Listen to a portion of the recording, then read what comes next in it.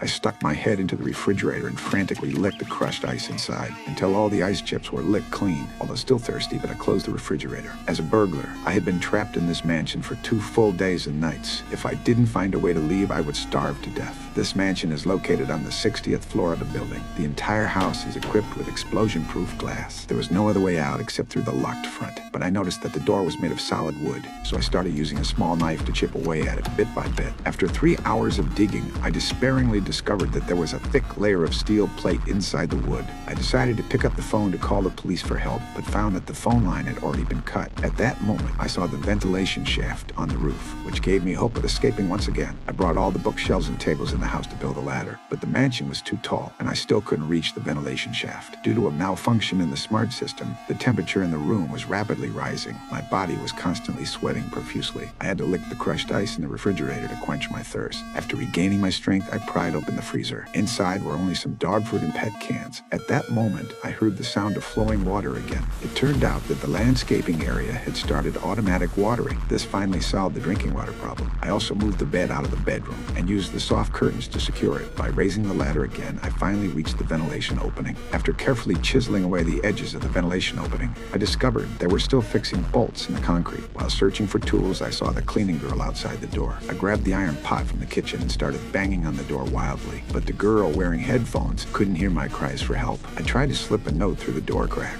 but the high-security door had no gaps at all. In the end, I could only watch as the cleaning girl left. I could only pin my hopes of escape on the ventilation shaft. I removed the chair legs and carved a suitable groove with a small knife, intending to use it to unscrew the bolts securing the ventilation shaft. But the wooden wrench couldn't budge the steel bolts. With a slight force, the wooden board split into 2 pieces. Then I redesigned the tool, drilling a hole in the center of the wooden board. This allowed me to successfully unscrew the first bolt. I dismantled every chair I could in the mansion. Finally, I unscrewed all 12 nuts around the ventilation shaft, successfully removed the blast-proof glass blocking my escape. Then I escaped from this prison through the ventilation shaft. I didn't take any of the valuable collectibles in the house. After being trapped in this mansion for 2 whole months, I resolved never to steal again.